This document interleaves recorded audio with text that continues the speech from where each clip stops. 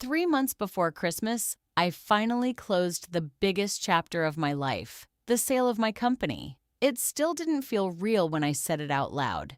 What started with one beat-up van, a secondhand phone, and a prayer had turned into a senior transportation service running across multiple counties in Ohio. For years, it was grind mode 24/7. I was answering calls at breakfast, fixing schedules at lunch, and solving emergencies at 2 a.m. while most people were asleep. There were nights I thought, this thing is going to crash and burn, but somehow it didn't. It grew, slowly at first, then all at once. One day, a regional healthcare group came knocking with an offer to buy it out. I remember sitting there like, wait, what? Me? The deal process dragged on for months, lawyers going back and forth, accountants digging through every dollar, contracts thicker than phone books, stress levels through the roof. But when everything finally closed, the number on paper changed my life. Not Hollywood rich, but real freedom money. The kind where you can finally breathe without counting every step. For the first time ever, I wasn't surviving. I was secure. And honestly, that feeling hits different. I told almost nobody, a few close friends, my accountant, my lawyer. That's it. Not my parents, not Tyler, and definitely not my sister-in-law, Megan. Because deep down, I already knew. Money doesn't change people. It exposes them. And I wasn't ready to deal with that chaos yet.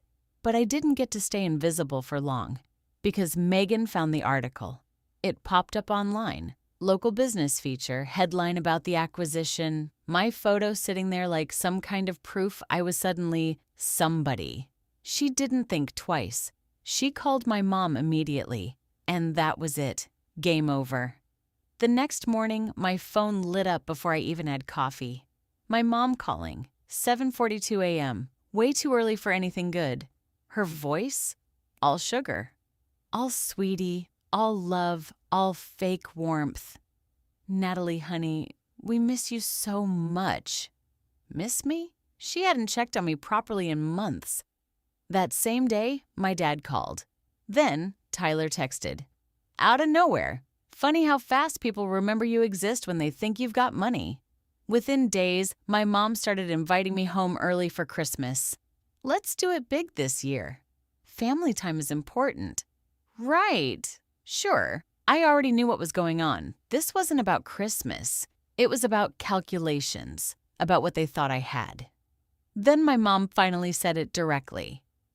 Your brother is struggling. Of course he is. Tyler was always struggling. That was basically his full-time status in this family.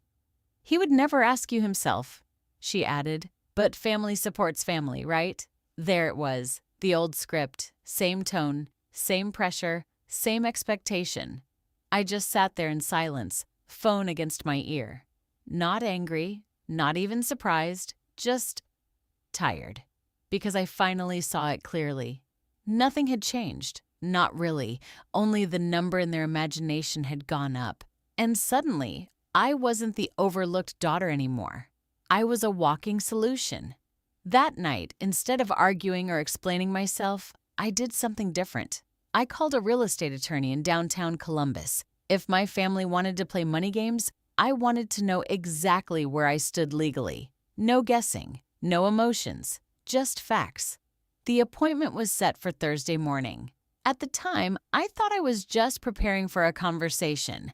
I had no idea I was walking toward a truth that would flip my entire life upside down. Because what that lawyer showed me about Tyler's house, that was the moment everything started to shift. And once you see a truth like that, you can't unsee it. But when I sat down in that lawyer's office and he opened a file I'd never properly understood before, he pointed at one line beside my signature and said something that froze me in place. This house was never just his, Natalie.